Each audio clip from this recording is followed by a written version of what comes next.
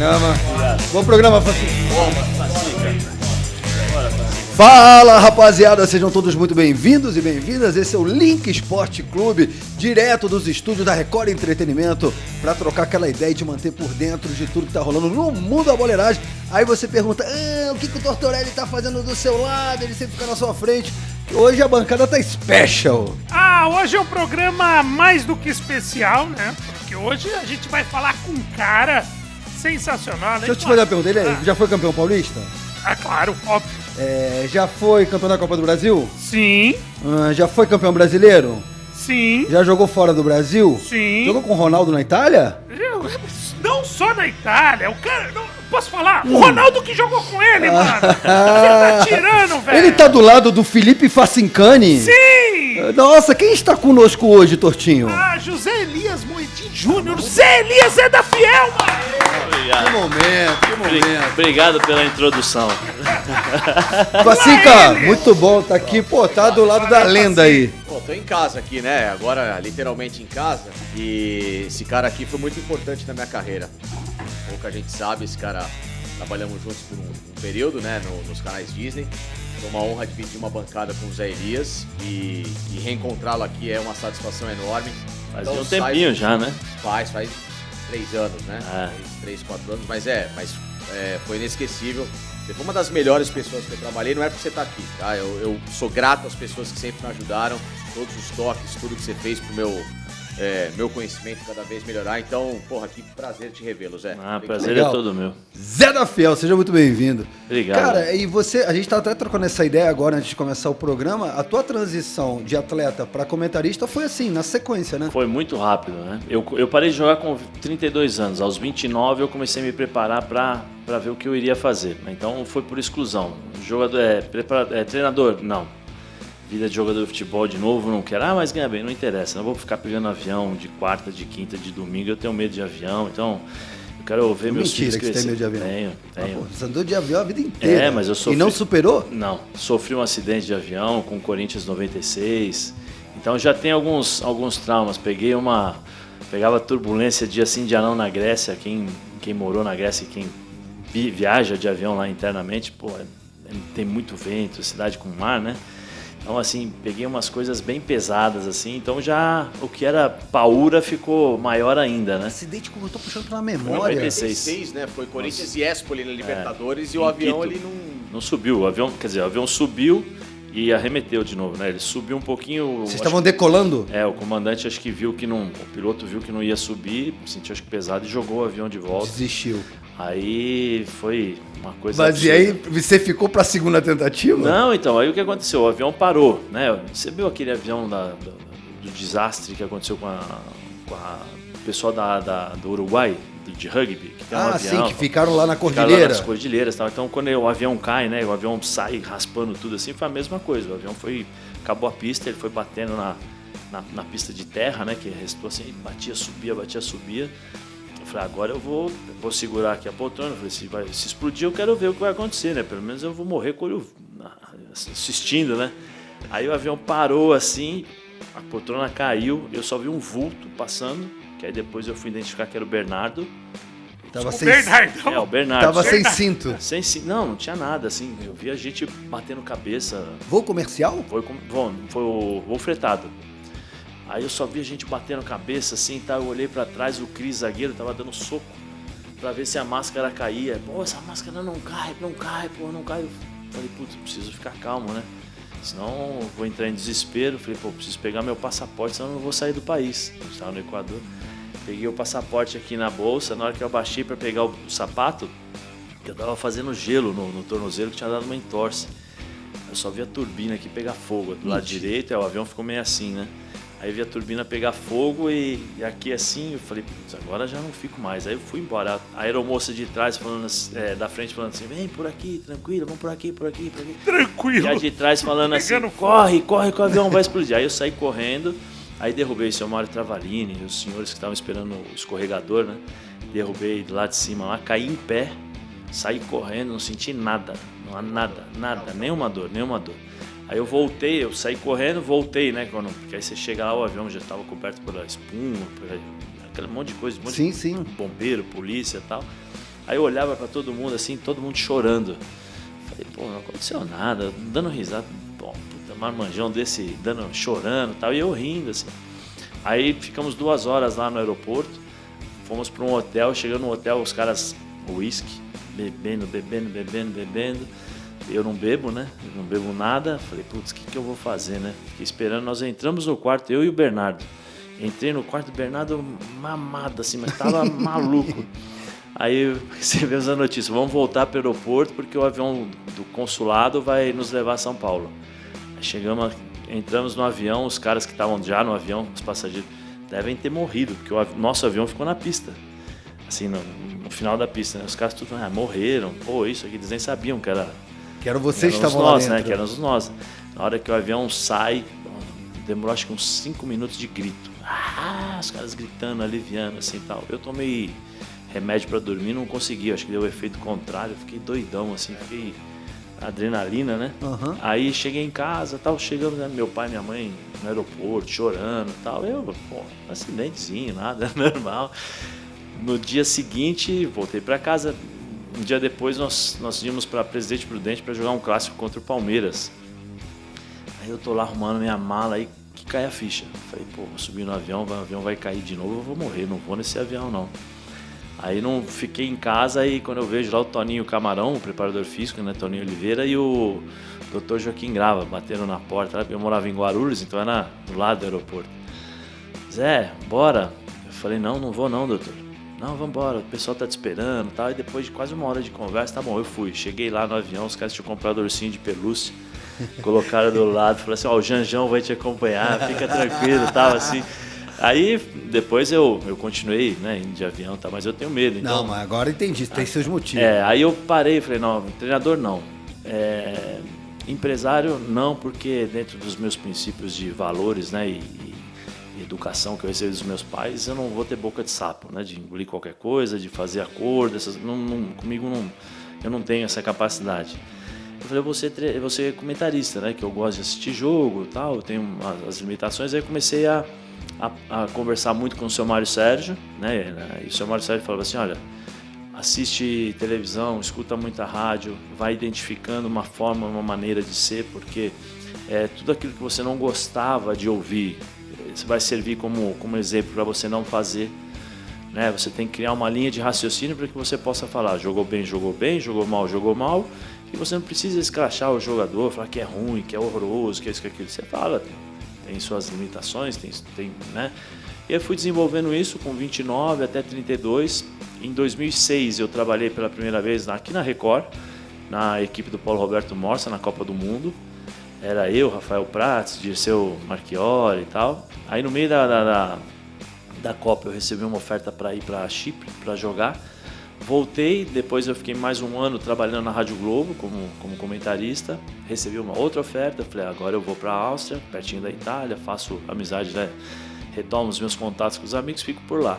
Aí não deu certo, voltei, acabou o jogo no domingo, liguei pro Estamilo, falei, Estamilo, realmente decidi, parei de jogar e quero realmente trabalhar, meu lugar ainda tá vago e tal.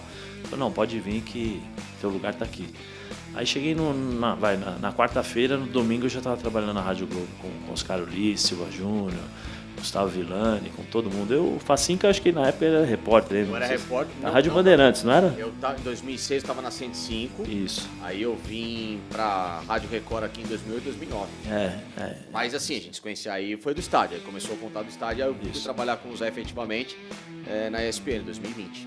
E você teve algum comentarista, algum comunicador que foi uma referência para você? Então, uma influência? Eu sempre tive, por exemplo, o Mário Sérgio como analítico, né? Um cara que analisava as coisas, passava, mostrava realmente o que iria acontecer e tal. Então, sempre tive ele como um dos exemplos nas questões táticas e tal. Eu gostava muito do Paulo Roberto Morsa, muito, porque era um cara direto, não fazia frescurinho. O que ele tinha que falar, ele falava, né, o que ele pensava, às vezes agradava, às vezes não. E quando você tinha ou recebia um elogio dele, era um elogio que você tinha que dar muito valor, porque dificilmente ele elogiava uma pessoa da forma como ele gostava, né? Então tinha ele. Depois você vai se adaptando, né? Vai vendo, eu via mais essas duas pessoas, dois personagens que para mim foram importantes nessa minha... O Oswaldo Pascoal também, na forma de dizer, de se comunicar, que eu acho que o Pascoal é o camisa 10 de comunicação, em relação a fazer as pessoas que estão assistindo entender e como se divertir com as notícias, com os comentários, que às vezes são comentários maçantes e tal. E eu acho que o Pascoal é esse cara que consegue fazer essa comunicação. E aos poucos, trabalhando no meio, você vai pegando as coisas, né, das pessoas. Aprendi muito com o Paulo Júlio Cleman, que infelizmente nos deixou também no acidente da Chapecoense. Muito, muito. Esse cara, aí eu falo, eu me arrepio, porque quando ele saiu da rádio, por incrível que pareça, eu tinha qualquer problema, PJ, aconteceu essa situação. Zé, faz isso, faz aquilo. Ele passou a ser meu conselheiro. Um dos primeiros conselhos que eu pedi para ele foi o seguinte, falei, PJ, desculpa, né? Pediram para que eu chegasse na rádio 45 minutos antes do programa. Você chega a 5, 10 minutos, já vai direto pro estúdio, acaba o programa, você vai embora. Pô, desculpa, né, eu ter essa liberdade de perguntar, mas ele falou assim, Zé, é o seguinte, tudo que eu tinha que vivenciar e ver na redação, eu já vi. Porque ele era o cabeça da Rádio Globo, aí ele sentava com os Robertos Marinhos, né, com os Marinhos para poder decidir as coisas, e aí ele larga para ser assessor de imprensa do Ronaldo. Quando ele volta como comentarista. E ele fala, já vi tudo. Então, como eu não quero meu nome em fofoca, e redação é um antro de fofoca, que é perigoso, então o que eu faço? O que eu tenho que ler, o que eu tenho que estudar, eu faço em casa, eu vou direto pro programa. Acaba o programa, eu vou embora para casa. Eu não preciso ficar fazendo, né, ficar ali na redação e tal. Eu falei, não, beleza. E aí você vai pegando as coisas, né? Você vai entendendo como é que funciona. A minha entrada na imprensa, né, no jornalismo esportivo, você começa a entender como funciona, você começa a entender que existem críticas direcionadas à pessoa, críticas que são críticas normais, você vai entendendo quem são as pessoas que você pode conversar, quem você não pode, com quem que você pode pegar conselhos. Então isso tudo você vai amadurecendo, né? Eu vejo hoje, por exemplo, eu tenho 16 anos de comentarista. Eu sei que quando eu comecei lá, para analisar hoje, eu sou um cara totalmente diferente em algumas coisas. Não perdi minha personalidade, que eu falo o que eu penso, da maneira que eu acho que tem que ser. Mas você vai pegando experiência e sabendo como é que você fala, como não fala, como uma hora, né? Tem muita essa expressão dentro, bate a sopra, né? Que o pessoal fala, né? Então você percebe como é que funciona tudo e aos poucos você vai entendendo. Mas eu tive sorte, Laura, de ter os melhores professores ao meu lado. Continuo tendo, mas os melhores, por exemplo, eu comecei na rádio, Oscar Ulisses, Oswaldo Pascoal, Paulo Júlio Cleman, aí como locutor, Horizon Silva Júnior, né, o Silva Júnior, Gustavo Villani, que também é um cara, no dia a dia as pessoas falam, mas comigo nota 1 milhão, sempre me deu conselho, sempre falou para mim as coisas que eu tinha que ouvir, que muitas vezes as pessoas ficam com melindre de falar, e ele falava assim. Então você vai aprendendo demais com os caras da mesa. Quem faz rádio, vocês sabem disso, né? O cara que fica você comanda a mesa, você sabe como é que é. Edinaldo, Valtinho, que infelizmente nos deixou. Tem um operador que para mim é sensacional, Luizinho, que ficava na cabine com a gente, com o Oscar Ulisses. Então todos esses caras, você vai aprendendo, porque assim, a vida é constante evolução. E eu acho que nos pequenos gestos você consegue entender como funciona.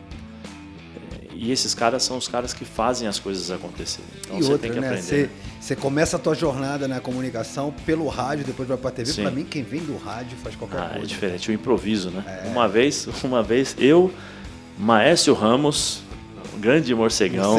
Sim. Esse nota 1 milhão pai também. do menino boleiro. Maércio Ramos e Horizon Silva Júnior. Nós fomos fazer um jogo de Copa São Paulo de Júnior. Caiu uma chuva, um dilúvio. Ficou 1h30 parado. Isso eu não tenho o que fazer. 1h30 contando histórias. É isso. 1h30 contando histórias. Para quem não acredita, 1h30 na rádio, 2 minutos em rádio, é muita coisa. Eternidade. Você imagina 1h30. 1h30. Muita coisa. Você viu? Por isso que eu chego em cima e vou embora, pra não ter fofoca no meu nome, entendeu? Exatamente. Sou incompreendido. Mas também fazer o quê, né? É que você não tem esse clima, né, Roman? Você entra, faz. O Roman é legal, ele conversa com a gente, sorri, cumprimenta, só no ar. Depois de resto... Depois fala que ele racha a banda. Ficou Tijuana há 30 anos subindo do Romão. Exatamente. Aí voltaram agora, tamo aí. Eu sei o que a pessoal da banda passa. Um abraço pra vocês e força guerreira. Um abraço egípcio, Bahia, todo que é difícil. Agora, Zé, você falou do começo que você entrou como comentarista e tudo mais, essa transição muito legal.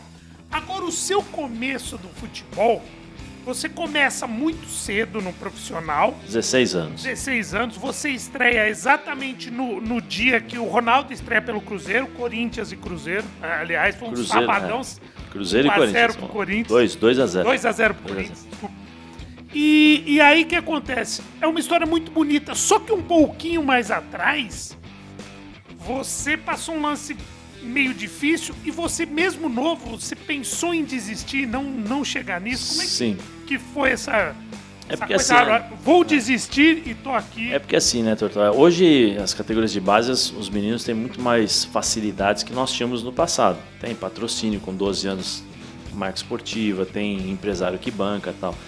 Eu tô falando de 90, 91, 92, né? Então o que acontece? Eu tinha que jogar futsal para receber o dinheiro para poder pagar o ônibus para ir treinar no futebol de campo. Isso eu tinha 90, eu tinha 16 anos, 14, tinha 14 anos. Então com 14 anos eu já tinha o dinheiro para poder me manter. E assim, com 15 para 16 eu tive que parar de estudar, porque eu recebia o dinheiro.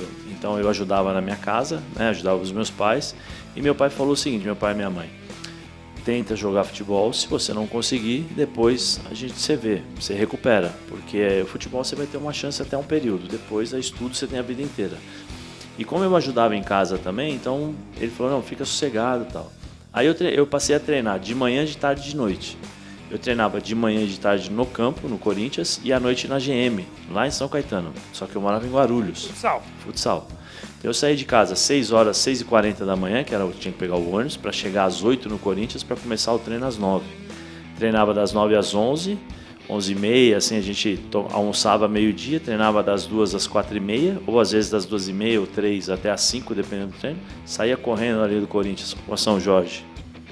Correndo, metrô Carrão, baldeação no Brás, trem até Utinga, em São Caetano, descia em Utinga, voltava correndo até a GM, porque a gente tinha que ir, o treino começava às 7h30, pegava o trem, tinha que ser 6h40, porque demorava 20 minutos para chegar até Utinga. Então eu chegava na GM 7h15, porque a gente corria da hora de Utinga até a GM, você conhece lá. Então a gente voltava pela Avenida Goiás. Treinava das 7h30, 15 para as 8. Antes do treino, comia uma coxinha, limão e Sprite com limão, que era o dinheiro que dava porque pulava catraca, às vezes fazia conta na lanchonete. Pra comer tinha que pular catraca. Porque o dinheiro era contado, porque eu tinha o dinheiro da condução e o dinheiro que sobrava eu dava para os meus pais para ajudar em casa. Treinava às 7h30 até umas 9h30, eu fazia treinamentos extras, né, com o Aranha, que era o goleiro, então chute de longa distância, aquelas faltas, então eu treinava e tal. Treinava passe, e aí 10 horas eu voltava às vezes de carona até o metrô Parque Dom Pedro, ou de ônibus. Então o ônibus era Parque Dom Pedro, baldeação até a estação Armênia. A Armênia pegava um ônibus, voltava para casa em Guarulhos, chegava meia-noite e meia, para acordar às 6. Eu fiz isso durante um ano e pouco. Quando foi em 92, meio de 92, eu, por favor, não me levem a mal, modéstia à parte, eu jogava mais futsal do que futebol de campo. E no futsal eu jogava já na categoria acima da minha, no juvenil. Eu não passei quase pelo infanto. Eu já jogava no juvenil, era eu, Fernando Diniz, Sandrinho Falseta, era esse o time, Sandrinho que foi campeão mundial e tal. E eu fui convocado para jogar, eu ia jogar o Campeonato Brasileiro Juvenil, acima da minha categoria. Eu fui, e fui com meu pai foi Medina, eu lembro até hoje essa reunião. Onde você estava era o Medina e onde o Laurito estava era o treinador chamado Ivan, o terrível. Meu pai estava aqui, eu estava aqui. Meu pai falou, olha, eu vim aqui comunicar que o Elias, porque na época no futebol o pessoal me chamava de Elias. O Elias vai jogar futebol de salão, vai disputar um campeonato, ele vai ter que se ausentar por 2 meses, porque ele vai ter que treinar e viajar. E eu vim aqui comunicar a vocês. Aí o Medina e o Ivan falaram assim, não, ele não vai, tá proibido. Aí meu pai falou, não, vocês não entenderam. Ele vai, porque vocês vão fazer um contrato com ele, vocês vão melhorar a vida dele? Não, vocês não vão fazer nada. Quem banca a vinda dele todos os dias aqui é o futsal. Então, se ele não jogar futsal, ele não vem para o treino. Então, ele vai jogar futsal. Aí fui. Voltei, campeão brasileiro, vice-artilheiro do time. O Sandrinho fez 7 gols e eu fiz 6. Sendo infanto, né, no juvenil. Aí, quando eu volto, o Medina fala assim, você vai ser suspenso por tempo indeterminado. Aí, tá bom. Tempo indeterminado. Só que eu tinha jogado a Copa da NAP Jovem Pan. 2 anos seguidos. Eu sou assim, de novo, por favor, não me leve a mal, eu tenho que contar a história para entender. Eu sou um personagem importante na Copa da NAP Jovem Pan, porque foi a primeira vez que o Colégio Bilac perdeu em 10 anos de existência da Copa, foi com o João 23. E foi comigo, as 2 vezes que eles perderam. A primeira vez, eles perderam de 4-3, eu fiz 3 gols e fiz um gol contra na final, dando o título para eles. No ano seguinte, nós precisávamos ganhar do Bilac para ir para a final contra o Bilac, porque eles tinham mudado o quadrangular, para o regulamento para o quadrangular. Nós ganhamos do Bilac 2-1. Eu fiz os 2 gols e fomos para a final contra o Bilac. Aí ganhamos de 4-3, eu fiz 3 gols e fiz o gol, Golden Goal, né, que é o gol de falta. Então foi a primeira vez que tinha quebrado, nós quebramos a hegemonia do Bilac. E quem fazia a Jovem Pan, a Copa da NAP? Milton Neves, Flávio Prado, Mário Travalini, né? Todos a equipe Jovem Pan de rádio. E eles cobriam também o futsal, a TV Jovem Pan UHF, 91-92. E aí nós fomos fazer uma preliminar do principal para entregar a faixa de campeão juvenil. E o Luiz Antônio de Carvalho, que era veio entrevistar, Elias, como é que tá? Tal. Eu, tudo bem, tal. E o campo, como é que funciona? Eu falei, o campo eu tô suspenso. Porque como eu ganhei esse título aqui, eu voltei, o Corinthians me suspendeu. E durante essa suspensão, eu fui convocado para a seleção brasileira e o Corinthians não me avisou. E eu perdi a convocação. Caraca, velho. Aí já comecei... hein? Muita. Aí depois disso, o que aconteceu? O Flávio Prado e o Milton Neves meteram a porrada nos caras, que eles eram inconsequentes e tal. 00:30, o Medina, que era diretor, falou, a partir de amanhã você vai treinar com o Júnior. Então isso foi outubro, novembro de 92. Aí eu fiquei... Você pulou a etapa Eu pulei a etapa de novo, então eu não peguei o juvenil. Eu fiz um jogo pelo juvenil contra a Portuguesa Santista lá em Santos, nós ganhamos de 1-0. Foi o único jogo que eu fiz na minha categoria. Aí eu fiquei de 92, agosto de 92 até 93, treinando todos os dias, da forma como eu falei, saindo de casa às 6 da manhã e voltando 00:30. Só que no campo eu não jogava. Então o Ivan me levava lá pro São José do Rio Preto para jogar o campeonato de aspirantes. Chegava lá e ele me cortava. Aí eu falei, não. Chegou 15 dias antes do jogo, quando foi o primeiro jogo do Campeonato Paulista de 93, o Viola faz o gol, né? Eu falo pra minha mãe, vou parar de jogar campo, vou jogar só futsal, porque assim não dá, essa vida tá me cansando, tá difícil. Tá? Minha mãe falou, não, vai até o final, no final do ano você vê. Porque eu já tinha bolsa de estudo, o Azeitona, falecido, né, final da Azeitona, já tinha arrumado pra mim, fazer fisioterapia e jogar pela escola. E aí eu, tá bom, aí o Corinthians perde, tem essa reformulação, chega o Márcio Araújo no Júnior e o Mário Sérgio no profissional. Aí o Márcio Araújo não tinha conchavo com ninguém, não tinha apartamento em Santos para passar final de ano, não tinha cesta da feira para comer as frutas durante todo o final de semana e tal. Colocou quem estava melhor, quem treinava melhor. E eu treinava bem. Aí ele me colocou para jogar contra a Ponte Preta no segundo jogo, né? Ponte Preta, perdemos e tal. Quando eu volto, no jogo seguinte, o Mário Sérgio manda todo mundo voltar, quem tinha idade de júnior, voltar para jogar no júnior. Então voltou o Gino, o Marques não, o Marques já estava jogando. Gino, Hermes, que tinha sido campeão mundial com a seleção e tal. Aí eles voltam, eu falei, vou ficar no banco. Aí o Marcelo hoje me coloca para jogar. Aí empata 1-1, eu faço a jogada do gol, brigo, sou expulso, mas assim, aí chega no dia seguinte, na segunda, o Marcelo hoje primeiro dá um esporro nos caras. Pô, vocês não têm vergonha? E assim, antigamente você não abria a boca, né, moleque? ficava quietinho assim e tal, embaixo das arquibancadas. Vocês não têm vergonha?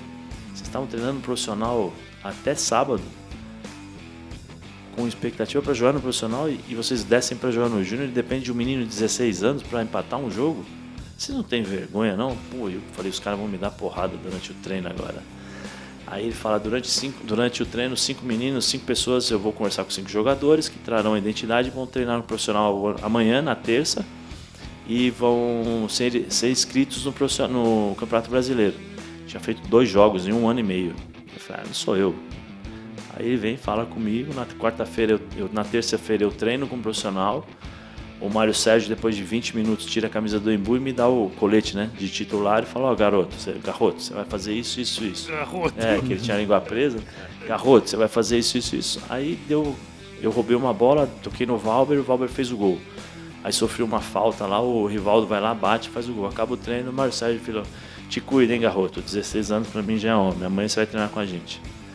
Aí, no dia seguinte, fui treinar no Júnior, o roupeiro falou, você tá maluco? As coisas já estão no profissional e tal. E aí, minha história foi assim. E aí estreou nesse jogo aí. Aí estreiei, 7 de setembro de 1993, inclusive 7 de setembro é aniversário do seu Mário Sérgio, né? O Ronaldo estreava pelo Cruzeiro e eu estreava pelo Corinthians. Foi 16 anos. 16 anos. Até a estreia do Jô, eu era o jogador mais jovem a jogar pelo Corinthians. Aí quando o Jô estreia, aí ele quebra o recorde. Que jornada, hein, Facinca? Não, o Zé tem uma história fantástica, né? Inclusive com o seu Mário, né, Zé? De deixar dar umas porradas no treino lá, como é que era lá? Não, lá eu não vou contar o nome, né, por questões éticas, assim, né? Mas tinha um jogador lá que perdeu a posição. E, porra, nos primeiros treinos, ele me deu uma porrada que os próprios jogadores falaram pra ele. Pô, você tá maluco? O moleque tá começando agora, tá louco? Aí o seu Mário chegou, me deu uma mão e falou assim, pode dar uma porrada nele. Eu olhei assim, eu falei, pô, não é possível, o treinador mandando. Ele falou, não, pode dar uma porrada nele. Aí eu falei, tá bom, tá mandando, né? Aí pegou a bola, eu dei no meio do cara. Aí o cara pode sair do treino.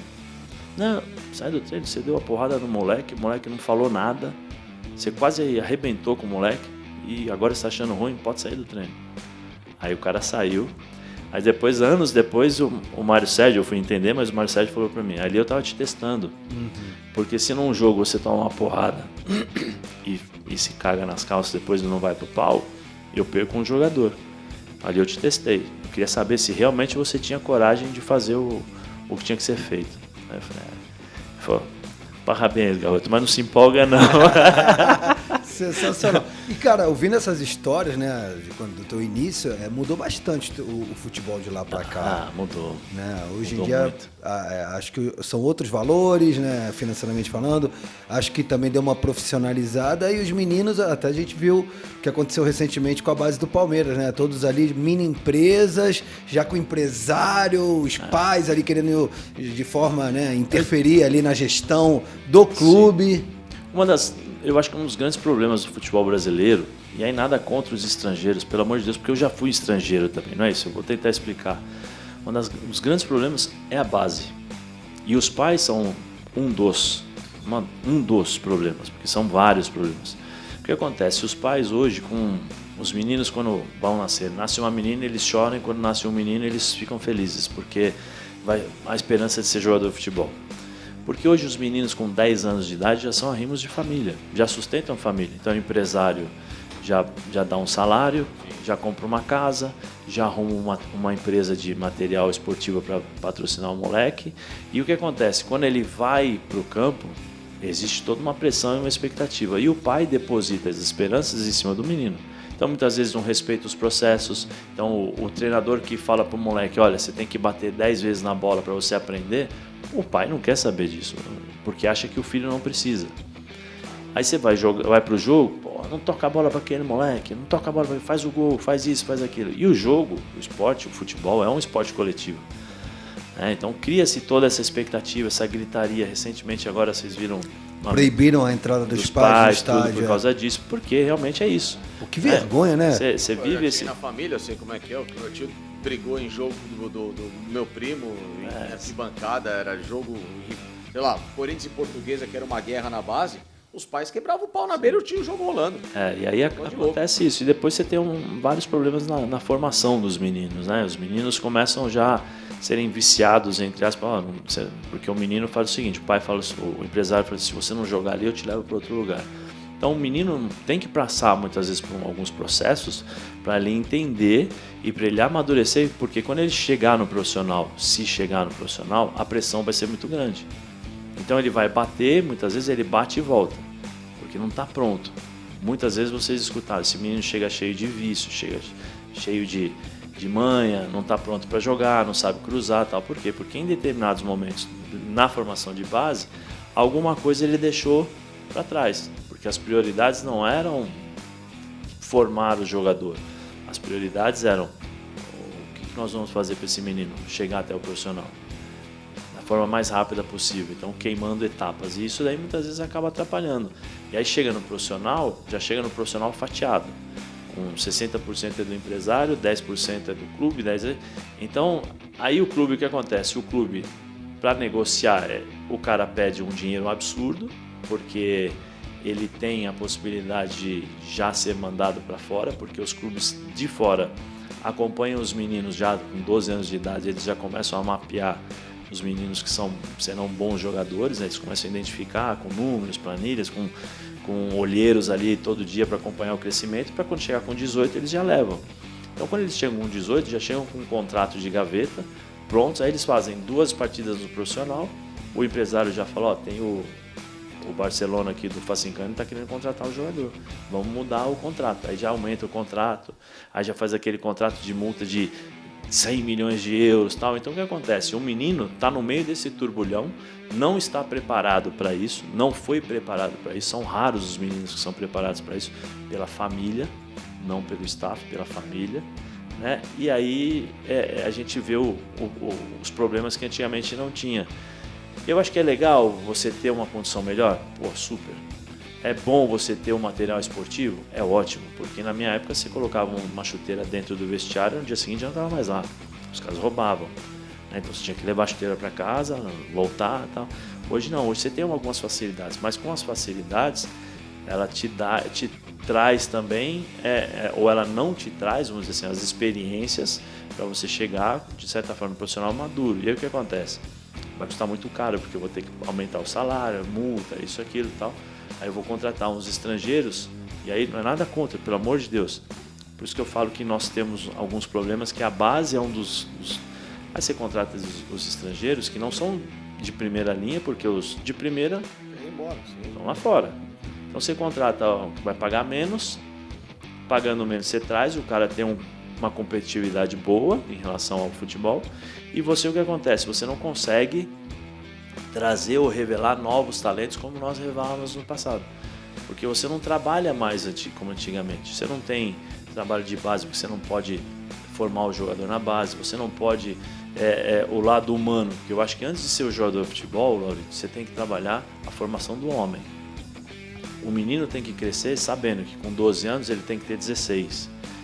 Quando ele chegar com 16, ele já tem que ter a cabeça de 20. Quando ele chegar com 20, ele já tem que ter a cabeça de 24. Por quê? Porque a cobrança em cima dele vai ser muito grande. Com as redes sociais, com tudo isso que existe hoje no futebol, se ele não for preparado mentalmente para suportar tudo isso, ele vai espanar.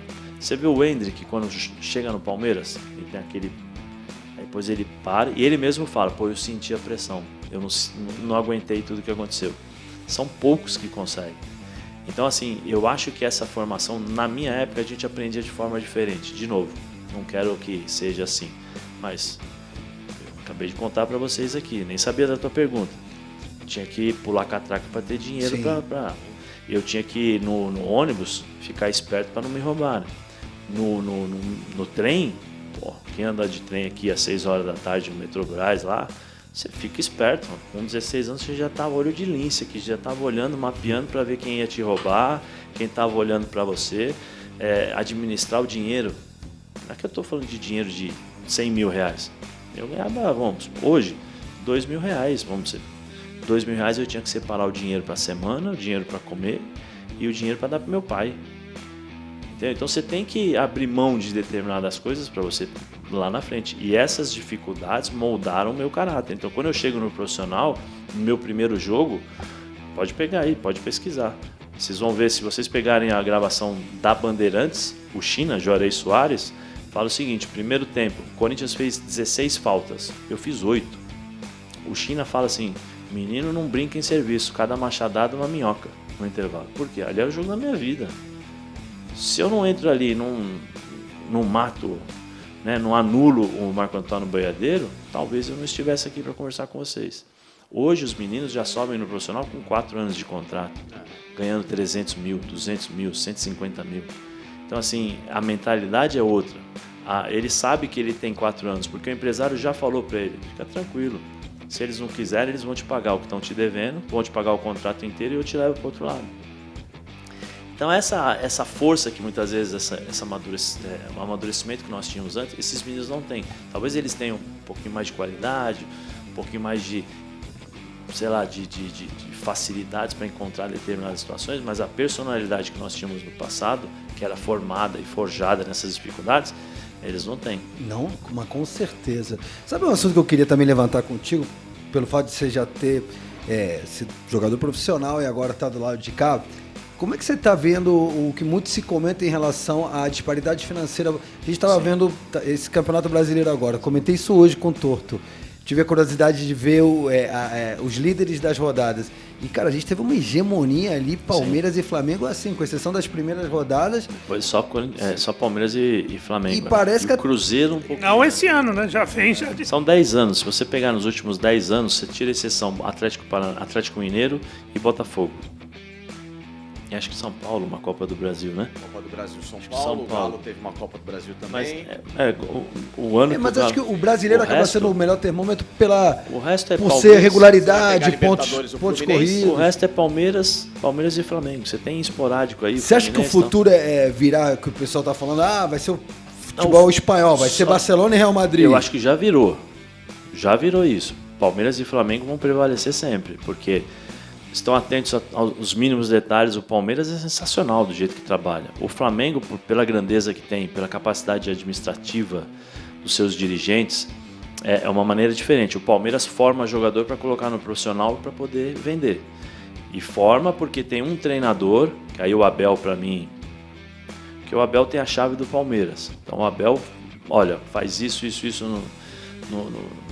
nas categorias de base. Por quê? Porque esses jogadores, quando chegarem no profissional, vai ter um tempinho para poder se adaptar, mas eles vão embora sozinhos. O Flamengo não. O Flamengo já é o cara, quanto que precisa para trazer o Facincani? 100 milhões? Então vamos trazer o Facincani. Então, 100 milhões. Mas o Facincani vai resolver o problema.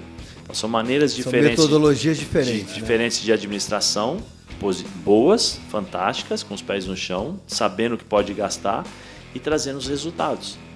Né? Então, assim, você Mas pode fazer isso. Mas você vê isso com bons olhos, essa hegemonia de 2 clubes? Não. Ou algo tem que ser feito para tentar deixar tudo mais... Não, eu acho que algo tem que ser feito.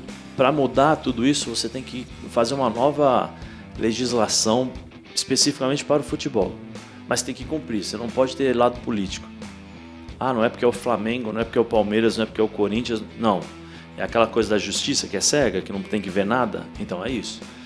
Olha, nós temos um exemplo aí recente do Bruno Henrique, do próprio Vitor Roque agora, que teve o acordo e tal. A Conmebol, o que a Conmebol faz? O jogador joga na quarta. Na segunda está marcado o julgamento. O julgamento é assim, o que ele foi enquadrado? Inteligência artificial, né? Acho que é isso. Foi enquadrado em artigo 18. Beleza, artigo 18, 2 jogos. Segunda-feira já tem o julgamento, 2 jogos. Pronto, acabou. Vai cumprir já nas próximas rodadas. Tribunal de penas, né? Entendeu? Tribunal de penas. Eu acho que assim, a partir do momento que você começa a estabelecer isso, você tira a forma, o peso político e o peso da grandeza dos clubes. Depois a legislação administrativa. Não pagou? Fora. Na França, você tem que apresentar o teu budget. Facincani que me ensinou essa palavra, né? o budget, né? O budget... todo o seu budget financeiro, e você tem que mostrar para o banco da liga, né, que você tem a capacidade de pagar o ano inteiro o seu time. Então você vai ganhar 100, o Tortorelli vai ganhar 200, 300, o Facinca 100 e eu vou ganhar 150. Faz o total 500, um exemplo, vai me custar 500 mil o ano. Então eu tenho que colocar no banco lá 500 mil. Se eu não colocar, eu não tenho inscrição e não posso jogar. O dia que fizerem isso pro Brasil, acaba. Não joga ninguém. Não joga ninguém. Você vai jogar com 2 clubes, 3 clubes. Mas por quê? Porque as leis são fracas. As pessoas já falam isso, né? Tá desde a Bíblia, né? Você já cria as leis com as saídas, né? Para justamente os caras já saberem o que eles vão fazer para burlar a lei. Infelizmente é isso. Então, você tem algumas pontas que precisam ser podadas para você poder ter um campeonato mais justo em relação à parte financeira, e aí você tem a capacidade dos dirigentes de entender que esse daqui serve para o meu time, esse aqui não serve para o meu time, as características e tal. E aí o problema é dele.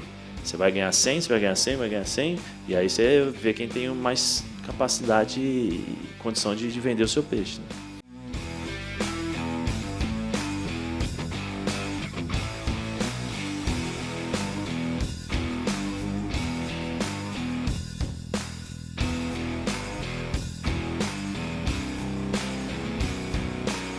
Cara, a gente estava falando aqui no início do programa, né, na apresentação do Zé, um pouco da tua história, da tua carreira, e aí eu citei a tua passagem na Internacional, né, quando você jogou com o Ronaldo. Sim. Como é que foi, cara, esse momento, essa convivência com ele? Porque o cara tinha diferenciado demais. Né? Eu acho que assim... E não só no Inter, né? Na você seleção. tem uma ligação com ele...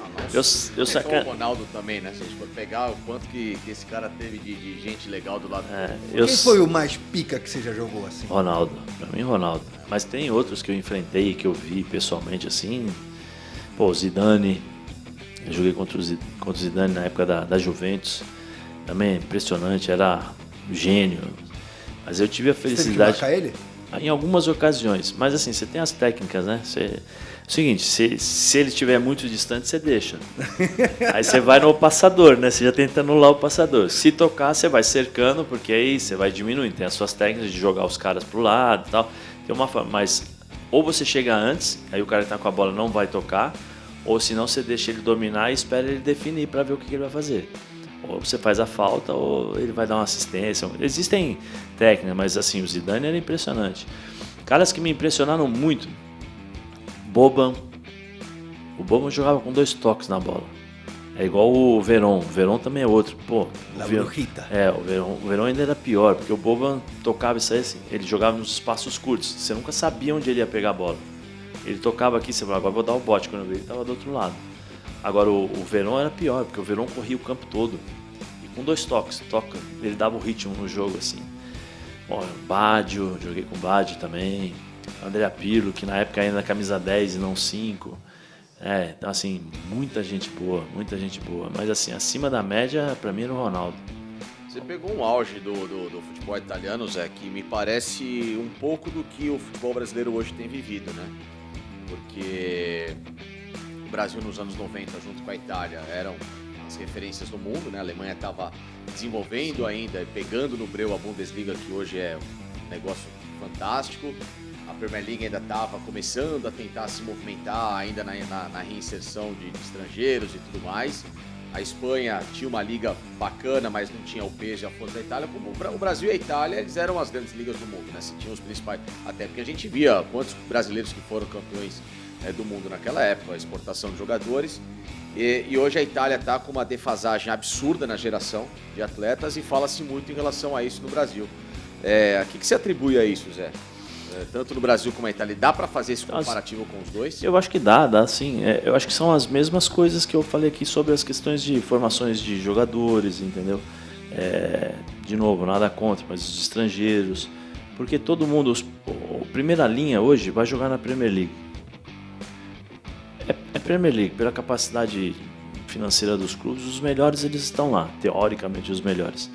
A Itália tem muitos problemas na formação dos jogadores, pelos mesmos problemas que nós temos aqui.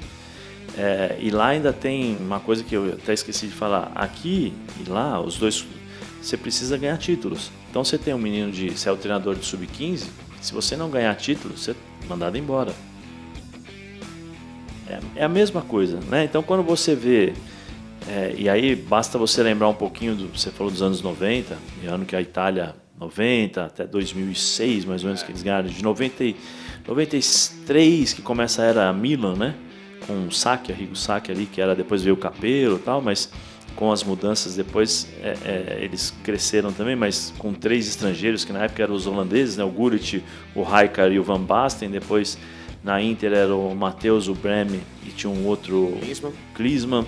Então tinha tudo isso, eram limitados assim. Então os italianos eram os melhores também, porque o futebol exigia muita coisa. Napoli, Maradona e Careca. Napoli, Maradona e Careca é alemão, né? Na Atalanta tinha, no Gênova tinha Scuravi, acho que se não me engano era o Schifo, não, o Schifo era no Torino. Tinha Scuravi, um outro, e o Branco, né? Se tinham 3, no Atalanta era um sueco e o... Canidia o Evair, então assim, você tinha as suas limitações. Então, Oler na Roma. Então você tinha a necessidade de ter bons jogadores. E com o passar do tempo, com a abertura da comunidade europeia, você foi meio que misturando tudo. Nesse período de 93 a 2006, se você observar, a Itália sempre esteve presente. Sim. Nos clubes. Então os clubes Milan, Juventus, sempre estavam disputando final de Champions League, chegava na semifinal. A Inter chegou também, a inserção, né, foi colocada ali também nessa... Então sempre tinha jogadores que disputavam os grandes títulos, as grandes competições. Hoje em dia, se você buscar aí, quem é que da Itália que chega em grande competição? A Inter de Milão. Só a Inter. Como foi a final da Inter de Milão contra o Paris Saint-Germain? Nossa Senhora. Né? Mas assim, são raros os casos, e repetidamente a Inter de Milão, e com todas as limitações. Se você buscar nos últimos anos, jogador da seleção italiana, Sassuolo, Atalanta, nada contra esses clubes, mas esses caras, eles não estão acostumados a disputar sempre os grandes títulos. Você não vem com os grandes enfrentamentos, né? Você não tem isso. Antigamente você tinha. Então você tinha o Milan. Você pega o time do Milan de 96, você pega o time do Milan de 97. Assim, absurdo. Os caras que ganham títulos o tempo todo. Então isso daí, você começa a ganhar experiência de título e você começa a ganhar, casca para justamente disputar as finais. A Itália, juntamente com o Brasil, tem esses problemas. Porque nós temos grandes jogadores, nós temos bons jogadores. A Itália também tem bons jogadores, não tem? Mas pega aí, por exemplo, quantos brasileiros disputaram a final de Champions League nos últimos anos? Você vai ter pouquíssimos. O Marquinhos, o Ederson. Sim. Quantos jogadores brasileiros são considerados ou foram considerados nos últimos anos os melhores do mundo? Só o Vinícius pela FIFA. Se você buscar nos anos passados, e aí a gente tem que ter um pouco esse saudosismo para fazer essa comparação, Ronaldinho, Kaká... o último foi o Kaká, né? Em 2009, se não me engano, 2007. Né? Então você vê essa diferença, quando você tem as grandes disputas, os grandes enfrentamentos, essa diferença, essa falta de experiência faz a diferença. Por isso que a gente está sofrendo tanto assim. Agora, Zé, a gente falou rapidamente, citamos o lance do Ronaldo. A gente tem o Ronaldo Fenômeno, o lance de assistir, de acompanhar, o lance da superação, da genialidade. A gente está ali assistindo e é um cara que deu a volta por cima, ganhou o penta, surgiu muito bem e tudo mais. E eu já vi em várias entrevistas você falar assim, maravilhas do Ronaldo. Você que conviveu, treinou, jogou, conta pra gente um pouco dessa experiência, onde que tá porque você citou grandes jogadores. Sim. Inclusive eu já ouvi você fazer comparativo com jogadores assim, tipo Romário, Messi, o CR7 e tal. Aonde que tá treinando, jogando e convivendo? No dia, onde que tá, qual que era o lance do Ronaldo? Onde que a magia acontecia? Eu acho que a magia acontecia pela capacidade que ele tinha de transformar as coisas mais difíceis do mundo nas coisas mais simples. Era muito simples, Torto. Ele fazia assim, ele ia 1 contra 1. Tô aqui, eu sou o Ronaldo contra o Laurito. Ele na cabeça, ele tinha 150 mil opções para fazer. O Laurito tinha 5. Eu vou pensar, ele vai para lá, vai para cá, vai para cá. Ele já tinha 150 mil na sua frente. Então, essa capacidade, genialidade de pensar e executar, são poucos que têm. Porque você pode pensar, Mas com a genialidade é difícil de você encontrar. E é tudo muito natural, porque ele treinava? Não treinava. Isso que era o que mais... Ele não era... Ele não era um leãozão de... Não, o que eu falo assim, não treinava assim as coisas técnicas. Ele não é uma coisa que ele ficava treinando. Por exemplo, eu ficava treinando. Cortar, lançar, entendeu? Fazer inversão de jogo. Não, o dele era natural. Então ele criava na cabeça dele os movimentos. Era o instinto, era natural. Isso que era o mais, eu acho que era o mais surpreendente para todos, porque não era uma coisa repetida. Você não tinha pedalada, você não sabia se era pedalada, você não sabia se era só aquela balançada, você não sabia se era túnel, você não sabia se ele dava o tapa na frente, você não sabia se ele ia te escorar e girar e chutar, você não sabia se ele ia dar o...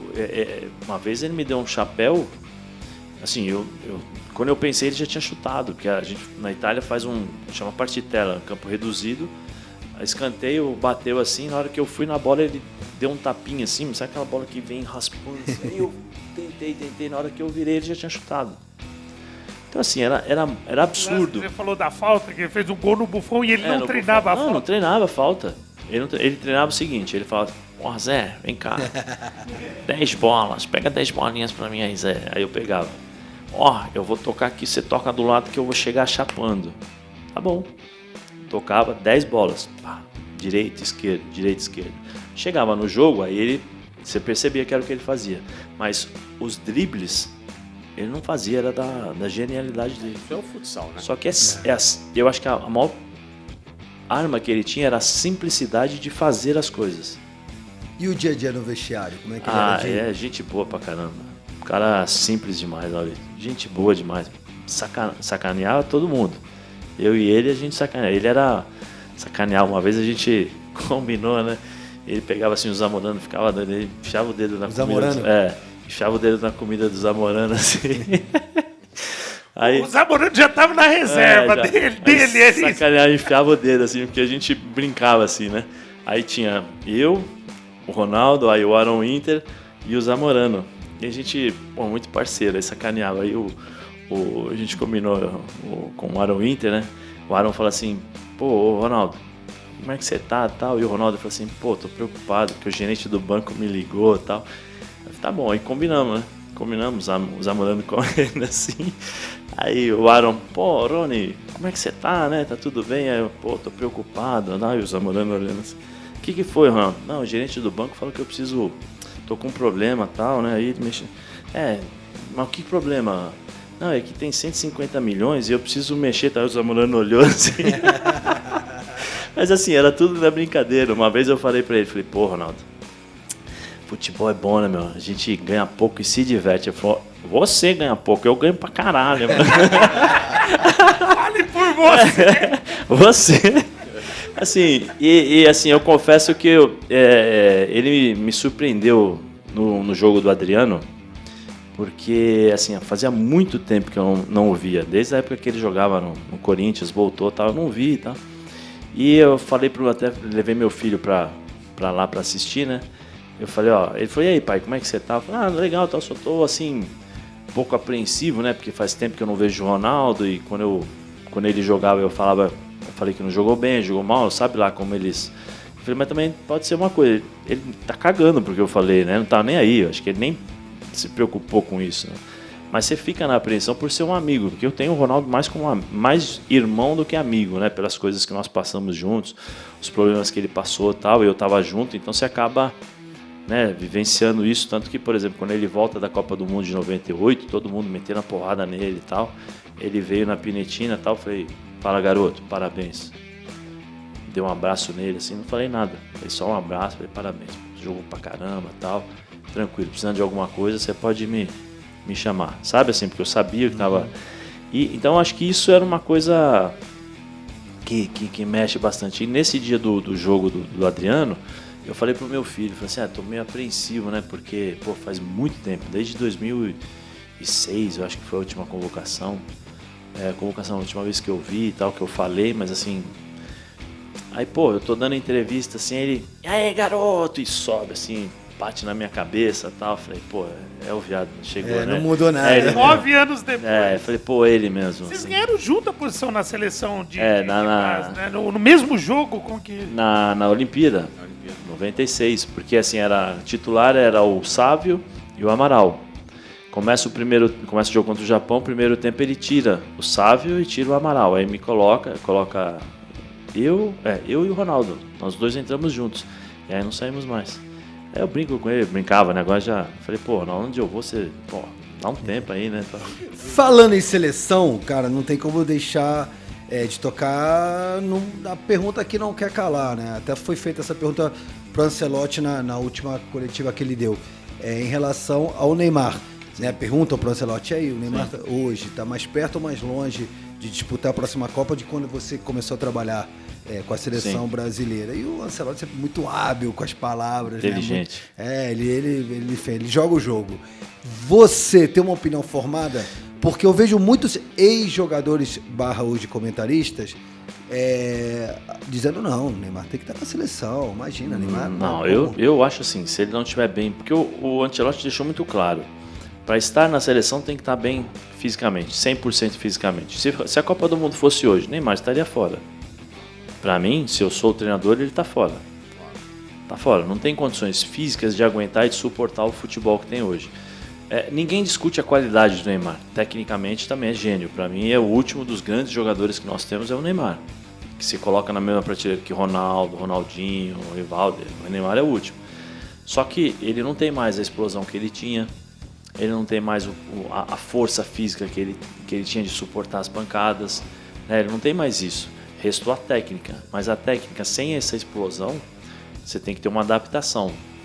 E é o que ele está tendo essa dificuldade. Porque você vê, até mesmo no Campeonato Brasileiro, que não tem a mesma intensidade que tem na Europa, ele tem dificuldades para manter o ritmo. Então, assim, na seleção, eu acho que você tem que levar 100%. Se ele tiver 100%, mas ele joga 30 minutos.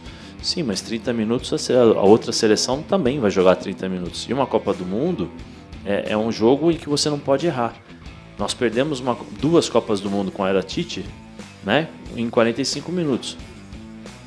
Você vai arriscar tudo isso? Eu acho que não vale a pena. E essa corrente que vai tomando força de que seria uma boa ideia levar o Neymar, nem que seja para ficar no banco por uma questão de grupo, que ele é bom de grupo. Não sei se ele é bom de grupo. Você viu o que está acontecendo no Santos? Ele jogando? Se eu começar a falar aqui, eu vou ficar meia hora aqui descascando o Neymar. Eu não acho assim, que... Mas é uma corrente que as pessoas vêm falando isso, né? Nós fizemos isso aí é a Olimpíada de Atlanta. Divide a tela aqui, por gentileza, Thiago, para a galera assistir. Nós fizemos num programa na ESPN e eu falei assim, olha, será que o Neymar iria ficar tranquilo no banco? Porque o Neymar não tem essa personalidade. Ele cresceu todo mundo bajulando, todo mundo falando que ele era o cara, que ele era o cara, que ele era o cara. Dos 26 ali. Que ele é o cara. Você imagina ele... Opa, peraí, você tá no... É difícil. Eu tenho opinião formada aqui. A pior coisa que o Ancelotti pode fazer é levar o Neymar para ficar no banco. Eu acho ele vai arrumar que todo jogo, se ele entrar... E entrar mal é porque botou o Neymar se ele não estava em condições. Se ele não entrar, é porque que não botou o Neymar. Ele não precisa... Ele não precisa nem entrar. Ele no banco, as câmeras vão estar voltadas para ele ali. Qualquer reação, onda meio toda Cristiano reação. Ronaldo no banco, exatamente, lembra? É a mesma coisa. Eu falei o seguinte, tem que chegar, o Ancelotti sentar junto com o Casemiro. Que o Casemiro falou, tem que levar o Neymar, porque ele é de outro mundo e tal, então tem que sentar e falar o seguinte. Que nem a seleção argentina fez com o Messi, jogar pelo Messi, agora ele jogar pelo Neymar. O Messi é um atleta, né? Não, o Messi desequilibrou na última Copa. A diferença é essa. Eu acho que são não dá para botar na mesma frase. Não dá. Claro são duas coisas bem distintas, um joga pro time, mesmo o time jogando para ele joga pro time, o outro joga para ele. É diferente. É diferente. Eu falei isso numa das discussões, que é o seguinte, mas ele tem mais gols que o Pelé na seleção. Falei, e títulos? Número não quer dizer muita coisa. Assim, tem que ter um resultado. A seleção foi boa para ele, mas quantos títulos ele trouxe para a seleção ao longo desses anos? Mas ele estava machucado, mas quantos títulos? Então, assim, você tem que fazer essa balança. Ninguém está questionando a qualidade dele, mas a importância dele. Levando para o banco, eu não levaria. Na minha opinião, eu não levaria, porque você vai levar um problema. Concordo com você. Vai levar um problema, porque isso daí, se você não souber administrar, se transforma bom. E outro, ele não vai sozinho, ele vai com o pacote Neymar. Esse pacote Neymar às vezes é muito maçante, né, para um ambiente. E acho que a seleção agora, nós estamos numa transição entre jovens jogadores que estão surgindo, que precisam de um ambiente de tranquilidade para desenvolver o futebol. E aí você deixa a responsabilidade para o treinador, que foi contratado para isso, para ser o cara. E ele está fazendo muito bem. Eu sou o cara, está segurando tudo, deixa os caras jogarem. Então isso para mim é o mais importante. Você tem que jogar a seleção. A seleção até agora jogou para o Neymar. Todos os treinadores, se você buscar aí, o Dorival falou, não, se o Neymar estiver voltando, eu vou fazer um sistema para jogar para o Neymar contra a Argentina. E o Neymar com 15 minutos de jogo. Você não pode pensar isso. Você tem que fazer a seleção jogar para a seleção, né? O líder é aquele que faz todo mundo jogar bem. Não é que o líder é aquele que faz todo mundo jogar para ele decidir. O líder não é isso. Eu, particularmente, acho que não é isso. Dentro do exemplo que eu tive durante toda a minha carreira, o meu líder que eu seguia era o cara que melhorava todo mundo. Todo mundo. Não que eu tinha que jogar por ele. Se não dá a bola, o cara levanta, grita, xinga, faz aquilo. Não, isso não. Então eu não sei. Eu particularmente, não levaria. Agora, vem cá, 100%, você aguenta essa pancada? Você aguenta correr? Você aguenta marcar? Você aguenta se dedicar? Abrir mão das tuas coisas pessoais para poder jogar para a seleção? São 6 meses, até o Ancelotti falou 6 meses. Mas cara, isso é meio utópico, porque o 100% do Neymar que a gente espera seria, o Neymar do PSG? Não, nem do PSG. Não, Barcelona? Acho que é o Neymar do Barcelona. Esse não existe. Qual é a chance do Neymar voltar a jogar o que ele jogava no Barcelona? Não, isso eu acho bem difícil. Bem difícil. Não, inclusive, né, Zé, a chegada do Ancelotti, ela vem para justamente quebrar esse sistema que o Neymar está maior que a seleção. E ele esteve, né? Não sei se você concorda. Na era Tite, o Tite é um cara, super vencedor, um cara muito inteligente. Mas olhava pra cima pra falar com o Neymar. Esse que é o problema, né? Você tinha um Neymar que dentro de algumas hierarquias, na minha visão, muito desses 45 minutos de uma seleção faltou, né? Não só a liderança técnica, mas esperava dele a liderança comportamental. O Fernando Diniz, você conhece muito bem, a gente sempre falou do Fernando, que é um cara muito inteligente, pensa muito à frente, mas que às vezes o dia a dia do Fernando acaba sabotando um pouco dessa liderança. O Dorival, da mesma coisa, é um cara mais low profile. Você conheceu o Ancelotti como treinador na Itália, jogando contra. Era a única figura que podia chegar para fazer isso, né, Zé? Sim. Não tinha mais como fugir dessa história de trazer um cara estrangeiro que pudesse não ter esse rabo preso com o Neymar. E em cima do que você está falando, eu acho que hoje ele voltar atrás nessa decisão de não ter convocado o Neymar em todas as oportunidades. Acho que nem irá, porque ele chegou para isso, né, Zé? Não, e outra, só complementando o que o Facinca falou, eu acho que esse foi, falei isso em algum momento aqui já no Link Esporte Clube. Esse foi o maior cartão de visitas que o Ancelotti botou quando ele chega no Brasil. Eu não vou convocar o Neymar. E ele vai contra todos os treinadores. Ninguém pra ele. E até o Tite, que é o cara que eu respeito o Tite, aliás, eu admiro o Tite, acho o Tite um baita treinador, mas nem o Tite teve a manha de fazer isso. E o Ancelotti teve. Então, agora, ele voltar atrás, não tem o menor sentido. Nenhum treinador brasileiro iria fazer isso. Talvez o Vanderlei Luxemburgo, que era o único que eu acho que teria a capacidade de bater de frente com o Neymar. Talvez. Pela forma de ser do Vanderlei. Mas o Vanderlei fala que levaria, né? Nós perguntamos, o Vanderlei nem contesta o fato do Neymar. Isso é algo que, né? Ele falou que isso é algo que nem... Mas teria... chamaria o Neymar, né? Mas conhecendo, por exemplo, conhecendo o Vanderlei jamais aceitaria o que ele fez com o Dorival. Ah, sim. Conhecendo o Vanderlei. Aí você transporta ao longo dos anos e traz para a realidade de hoje, o Vanderlei não iria aceitar nada disso. Conhecendo o Vanderlei do dia a dia do Vanderlei. O Vanderlei fora de uma rodinha de pênalti, jamais. Não. Ali teria que ser do jeito dele. Se não fosse do jeito do Vanderlei, tá fora. Porque ele não vai prejudicar o trabalho. Tem situações no Santos, de novo, não vou falar nomes aqui, que nós tivemos problemas seríssimos e o Vanderlei na reunião falou o seguinte: se perder hoje, todas as cagadas que vocês fizeram, aí deu o nome de 5 jogadores, eu vou jogar e já vou falar para a imprensa, porque vocês estão prejudicando, primeiro, o meu trabalho, o trabalho de todos os seus amigos, seus profissionais e o Santos. Lembrando que vocês foram campeões brasileiros em 2004. Sim. Ele falou isso. Então, assim, conhecendo o Vanderlei, não ia ter vida mole pro Neymar. Ele poderia até levar, mas não ia ter a vida que o Neymar leva. O Vanderlei, no dia a dia, é difícil. Era difícil no sentido assim, de ele não dar mole para jogador. Não dá mole. Por isso que eu acho que seria difícil ele levar. Né? Vendo hoje o Neymar do jeito que está e do jeito que o futebol vem sendo jogado, com essa intensidade, onde que o Neymar ia jogar hoje? Por exemplo, no jogo contra o Senegal. E outro, você tira quem pra botar o Neymar? Quem tá fazendo a função ali, Sim. o Matheus assim, Cunha se todo mundo- matando pelo time, roubando Não bola. tem, Ele não tem, Tortorelli, hoje não tem mais você jogar com 10 jogadores. Dificilmente você vai jogar com 10 jogadores. Você vai jogar nem com no um. clube.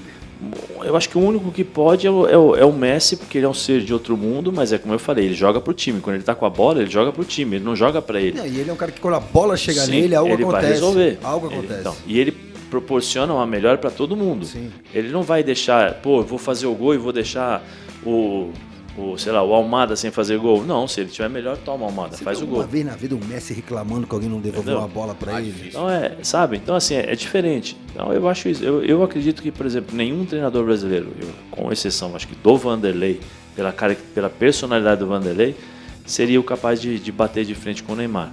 O resto, vem cá, Neymar, o que você vai fazer? E o que o Ancelotti tá melhorando a seleção, acho que todo Sim. mundo concorda. Dá pro torcedor sonhar com a próxima Copa?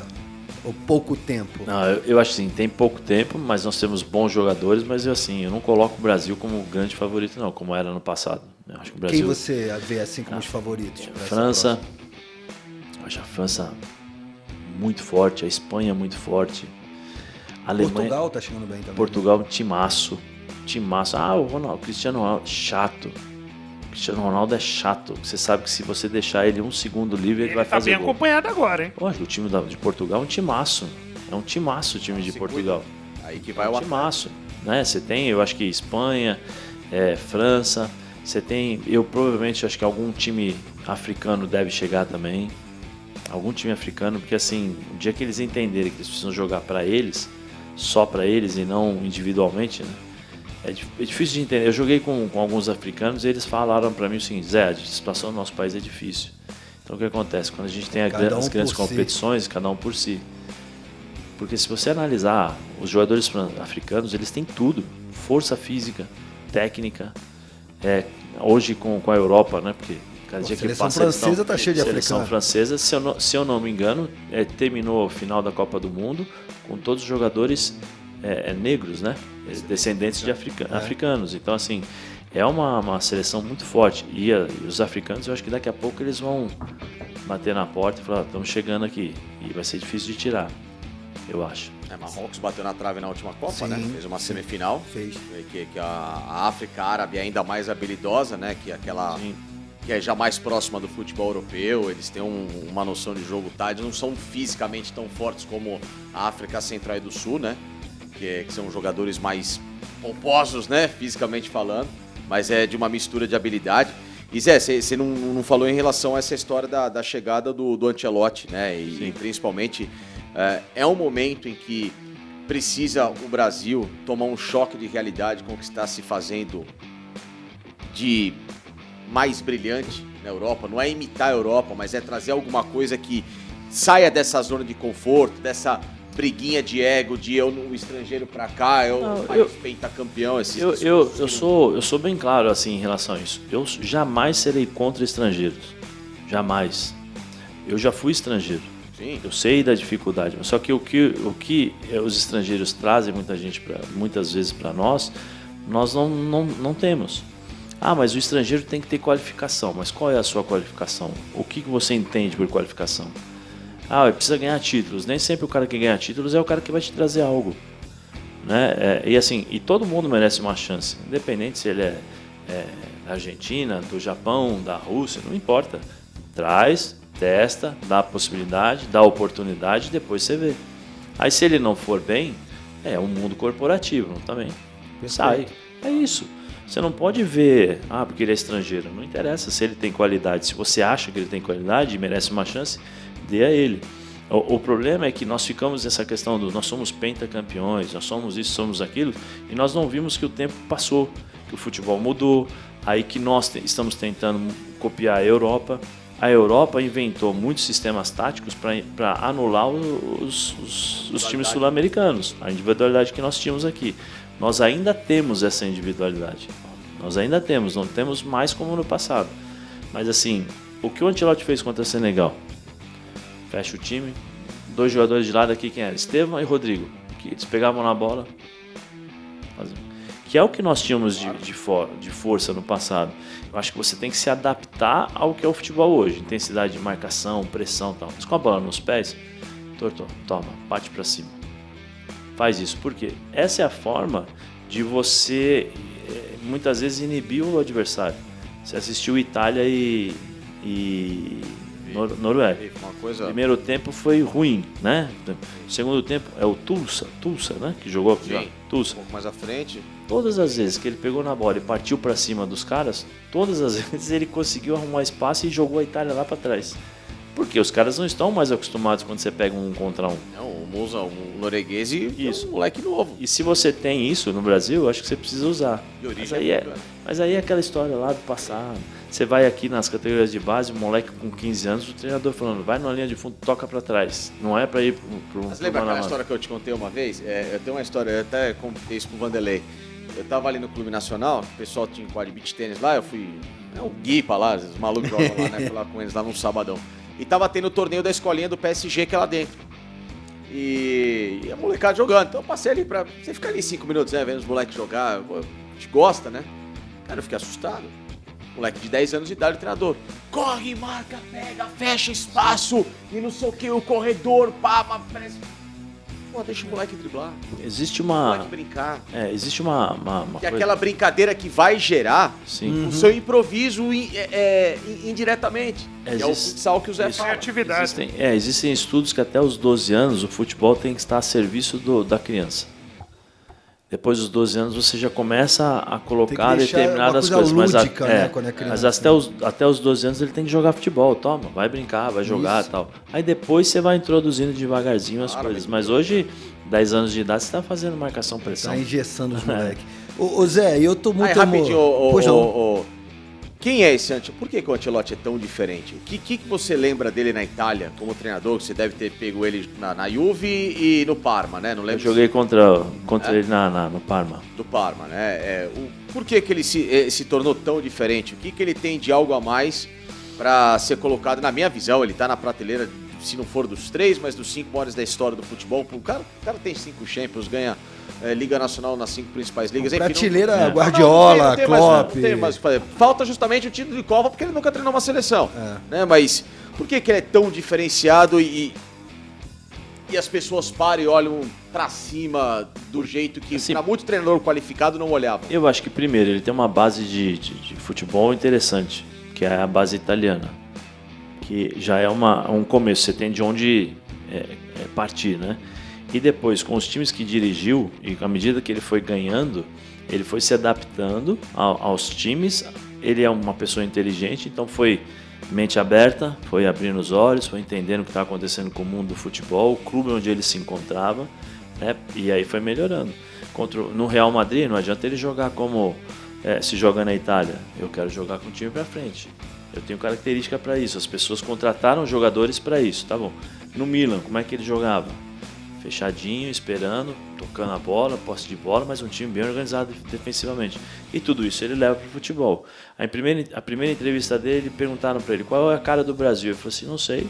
O Brasil pode marcar pressionando, o Brasil pode se defender e sair no contra-ataque, o Brasil pode marcar numa meia pressão no meio campo, ou seja, ele não ficou amarrado a certos estigmas e rótulos do futebol italiano. Ele é uma pessoa inteligente. E isso faz dele a diferença, porque ele entende o que precisa ser feito para cada jogo. Ele, como eu falei, ele tem uma base de onde começa, ele já falou, agora ele já deu 94, né? 94, bem fechadinho. time organizado, por quê? Porque é o que ele vai precisar para uma Copa do Mundo, um time que não toma gol. E lá na frente, ele sabe o que os caras vão fazer. Dois laterais de segurança, Militão, Alexandre ali. Aí eu ponho coloco 2 volantões ali, né, que é o Bruno e o Casemiro, fechadinho, e tenho esses caras de lado de campo de frente, que se movimentam, que eles vão fazer Então eu vou fazer o simples, eu começo já a dar uma cara daquilo que eu quero. E eu acho que essa é a grande virtude dele. É uma pessoa inteligente, que não fica preso a rótulos. Você não consegue rotular o Ancelotti, porque em todos os lugares que ele passou, ele foi diferente. Esse é o grande diferencial dele. E ainda falando, né, de Ancelotti, seleção, eu tô emocionado demais ou eu tô com um feeling que o Estevão pode ser o grande craque da Copa? Assim como o Mbappé foi, Sim. Quando chegou era um moleque e aí explodiu. Porque eu vejo ele vindo numa ascendente, cara. Eu acho que sim, primeiro, é muito importante essa experiência que ele está tendo, que ele está passando, né, no Chelsea. Primeiro, porque é um time jovem, é um time que tem uma responsabilidade, uma importância grande na Premier League, vamos dizer assim, pela história que conquistou, mas não é um time que hoje você coloca na primeira ponta como o grande favorito para título na Premier League. Você coloca ele no bolo, mas não quem que é o grande favorito hoje? Liverpool, talvez? Que você fala, o Liverpool é o cara que está ali na frente, é mais o Liverpool, o Arsenal que está chegando um pouquinho. Tem obrigação de ir bem, mas não tem obrigação, de ser campeão. Né? Então, assim, isso vai potencializá-lo. Aí você tem o Maresca, que me parece pelas entrevistas que é um treinador que tá gostando demais dele. E ele é um menino do bem. Você percebe pelas entrevistas, a forma, o comportamento. Aí ele vai entrar até em outra seara que eu torço muito pelo sucesso dele, entre outros motivos, porque eu acho que o Brasil precisa de um ídolo com esse perfil. Aí ele é uma pessoa do bem, sorrindo, não forçado, mas sorrindo de forma real, educado, tratando as pessoas com respeito. Você percebe que ele sabe o lugar dele, ele sabe da importância dele, ele sabe que se ele falar ou se comportar de uma maneira diferente, isso tem uma repercussão, mas não é uma coisa preparada. É uma coisa natural dele. Você percebe que é natural, não é forçado. Então isso eu acho que é interessante. Mas esse processo que ele está passando no Chelsea vai ser muito importante para ele chegar na Copa do Mundo maduro. Eu acho que ainda tem muitas coisas para ele passar. Algumas dificuldades que ele vai ter que passar para poder crescer como jogador em termos de dificuldades de 1 contra 1, sistemas táticos, essas coisas que eu acho que ele vai ter que começar a criar determinadas ferramentas, ou saídas, porque quando você se destaca, todo mundo vai olhar para você. Então, o que você faz de bom? Você pega a bola e vem por dentro, então eu vou fechar o teu corredor por dentro, né? Diagonal. Pega a bola e vai para o fundo, então eu vou fechar o teu fundo, vou fazer você forçar vir por dentro, porque você vai bater de frente com o volante, vai bater de frente com o meia que está chegando, tal. Então, assim, essas coisas, essas dificuldades que com certeza, se ele continuar dessa forma, irão aparecer para ele. E aí ele vai ter que fazer essa evolução, ter essa evolução natural de um jogador. Às vezes a gente fala que o jogador estaciona, por quê? Porque chega um determinado momento que ele não consegue criar saídas para as dificuldades. Eu torço para que ele consiga fazer isso. Possibilidade de se tornar um novo fenômeno no mundo? Eu acho que tem. E o Zé, e na questão específica também do Vinícius, né? Com muitas polêmicas, mais às vezes extra-campo do que dentro de campo também, é um jogador que é super talentoso, mas que acaba se perdendo por essa falta de equilíbrio e liderança.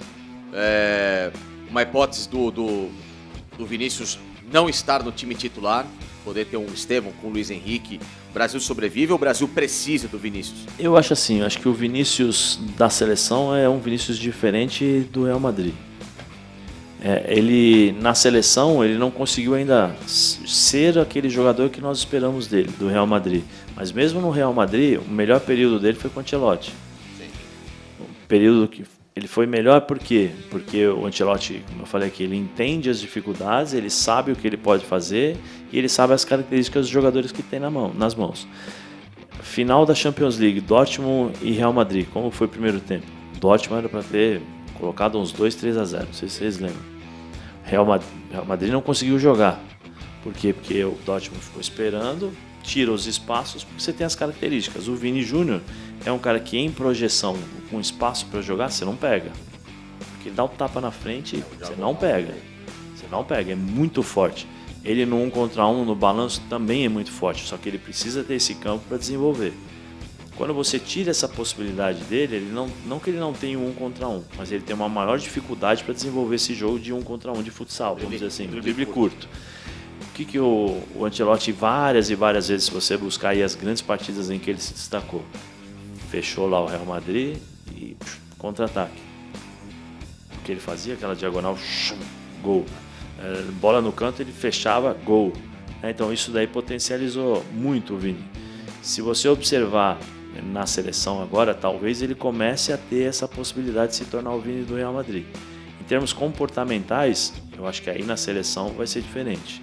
Com o Ancelotti ele não vai fazer isso. Ele sentiu a pressão de assumir responsabilidade que ele seria o novo Neymar, eu acho. Era o cara, campeão melhor do mundo, tal, então eu sou o cara, tal. De forma diferente do Neymar, mas você percebia que ele queria ser esse cara, resolver todos os problemas, pegar na bola, tal. E não é assim, acho que é uma coisa Esses natural. lances extra-campo aí, agora ele era um cara reservado, esse negócio de rede social, namoro na mídia, não sei. Eu acho que até no próprio Real caiu o rendimento dele. Tem a ver, porque é um mundo à parte. Às vezes isso pode atrapalhar sim, pode atrapalhar. Não sei, eu não conheço o Vinícius. Ou é assim. uma coincidência muito grande. Mas não, tem... às vezes sim, porque você divide teu foco, né? Coisa que antigamente você não tinha preocupação, agora você passa a ter. Então talvez isso possa atrapalhar. E o Vini, cara, é muito maluco o que tá acontecendo com ele, porque ele é um cara que comprou uma briga, né, contra o racismo, Sim. parece por causa nobre, respeito máximo. É um cara que se posicionou, bateu de frente na Europa, né? Ainda tem esse plus, né? E num piscar de olhos, num estalar de dedos, agora o cara virou chacota por causa desse novo namoro. Assim, a imagem, né, do Vini, que era a referência de combate ao racismo, um cara, porra, aquela celebridade que entende sua importância dentro de uma sociedade e se posiciona, né? Assim, Sim. respeito máximo. E agora o cara passa a frequentar página de fofoca e vira notícia porque a namorada tá ganhando massagem do personal que tá mordendo o beicinho. Virou chacota, cara. Tem que tomar, por isso que eu te As falei. portas da Copa do Mundo. Por isso que eu falei, que às vezes você divide suas atenções, coisas que você não estava acostumado a fazer antes, você passa a fazer. Aí você tem que colocar na balança se isso vai te atrapalhar ou se vai somar ou se vai te atrapalhar. Aí a questão do Vinícius, como eu falei, eu não sei o Vinícius como é, o staff, eu não sei como é que funciona, mas ele vai ter que pesar nisso, vai ter que pensar Mas o nisso. Ancelotti tá atento, você viu que chamou ele para uma conversa ali, particular. necessário. Até na coletiva o Ancelotti falou, não, ali era uma conversa particular. Enfim, boa sorte pro Vini. Rapaziada, abrilhantando o Link Esporte Clube de hoje, mas muitas palmas, Zé Elise, Zé da Fiel. Obrigado. Cara, ficaria aqui mais 3 horas conversando. Mas não antes, contar uma historinha do Lucha pra nós. Que ele conversa, porque você falou do Lucha chato, o Lucha que cobra, o Lucha que não falaria não e não sei o quê, mas ele também... Você quer me ferrar, né? Você né? Era. Você quer Aqui você pode. Shell, né? Você quer passada pro Shell, né? Eu nem falo nada. É? Não, ele fica tímido. Não, o que eu posso falar de história dele? Poxa, o Vanderlei era... tem uma história que, assim, eu fazia imitação dele, ele não sabia ainda, né? Então chega no lanche da noite eu ficava, puxa, aqui, tem que jogar, porra, sabe assim, né? E o Ricardinho Traíra falou pra ele, falou assim, o Zé Elias te imita. Pô, nós fomos jogar contra o Fluminense, que o Felipe, aquele, né? O Felipe dando elástico mais. Maestro. Aí antes do jogo, foi dar a preleção, deu a preleção, tava assim, só um minuto. Zé Elias, vem aqui no meu lado. Eu falei, putz, vai me dar uma dura, né? Vai me... Vem cá, tô sabendo que você me imita aí na minha frente agora. Quero ver se você faz disso mesmo, se você é homem, porra. Aí eu peguei e imitei, né? Falei assim, Ronaldo, você tá gordito aqui no Real Madrid, você vai ter que sair pra abrir caixa de areia, pô. Se não fizer caixa de areia, você tá assim e tal. Aí ele começou a olhar assim e tal, né? Filho da puta, começou a me xingar e tal. Aí fomos pro jogo. Chegamos no jogo, porra, 15 minutos de jogo. O Felipe balança um, eu tiro e tal, balança a segunda e tal. Na terceira eu roubo a bola, toco, for dar o pique, senti a coxa posterior. Troca. Acaba o primeiro tempo, eu tô lá fazendo gelo. Ele passa assim, tá vendo? Me imita, filho da puta. Acho que dá. Muito bom. Zé, honra de você. Nada. Demais, Zé, demais. Que prazer, mano. É Valeu, nóis. Zé. Rapaziada, muito obrigado a todos vocês que ficaram conosco e divulguem para os seus amigos. Link Esporte Clube. Se você ainda não se inscreveu, inscreva-se e ative o sininho, que é tudo nosso. Amamos vocês e até a próxima. Valeu!